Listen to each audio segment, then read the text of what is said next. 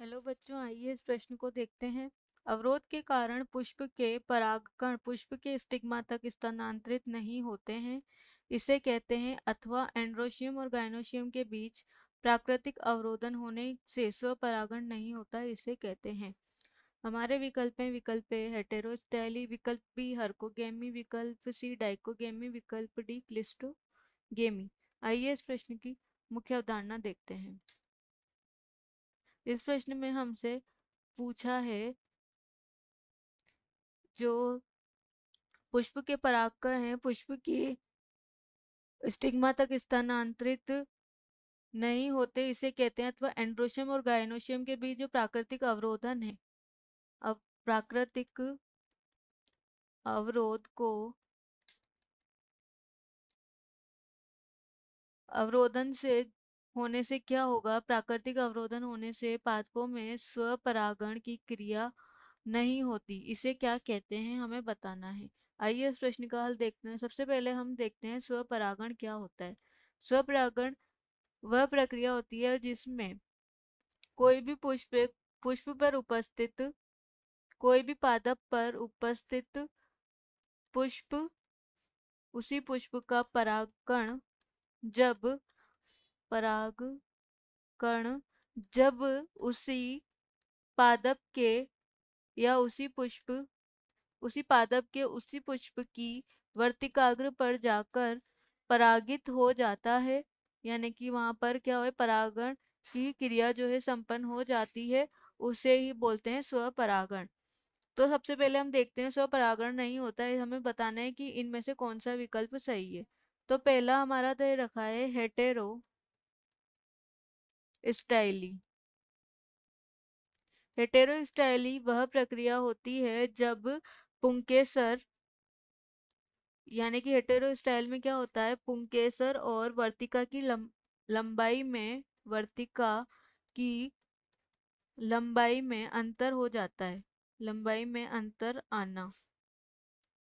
अंतर होना ही जो है हेटेरोस्टाइल कहलाता है। कभी वर्तिका लंबी हो जाती है तो कभी पुंकेसर, कभी क्या हो, पुंकेसर लंबे हो जाएंगे, कभी वर्तिका लंबी हो जाएगी, तो इसे ही बोलते हैं हेटेरोस्टाइली। यह कुछ जैसे प्रिमरोज में पाई जाती है, इसका उदाहरण है कुछ पौधों जैसे प्रिमरोज, अलसी में जो है हेटेरोस्टाइली देखी गई है, यह इसके उदाहरण है।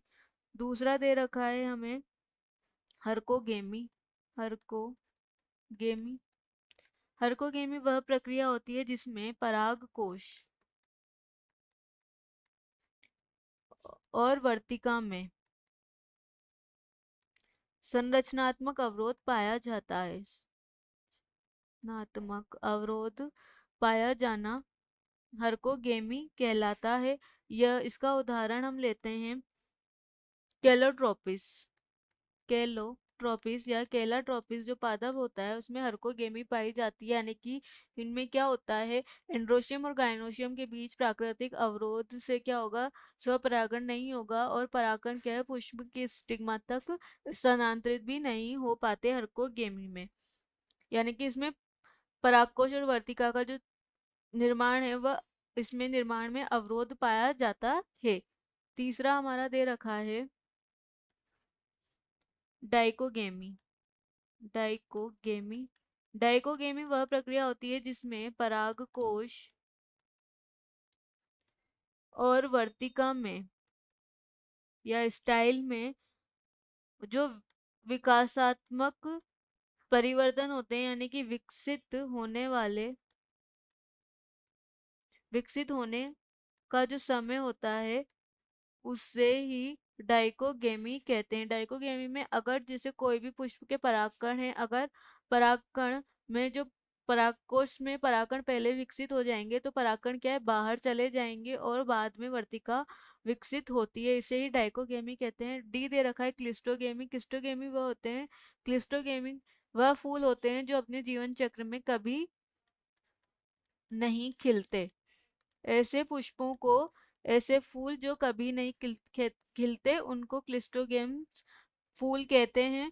ये जो फूल होते हैं भूमिगत फूल होते हैं, यानी कि भूमि के नीचे ही पाए जाते हैं।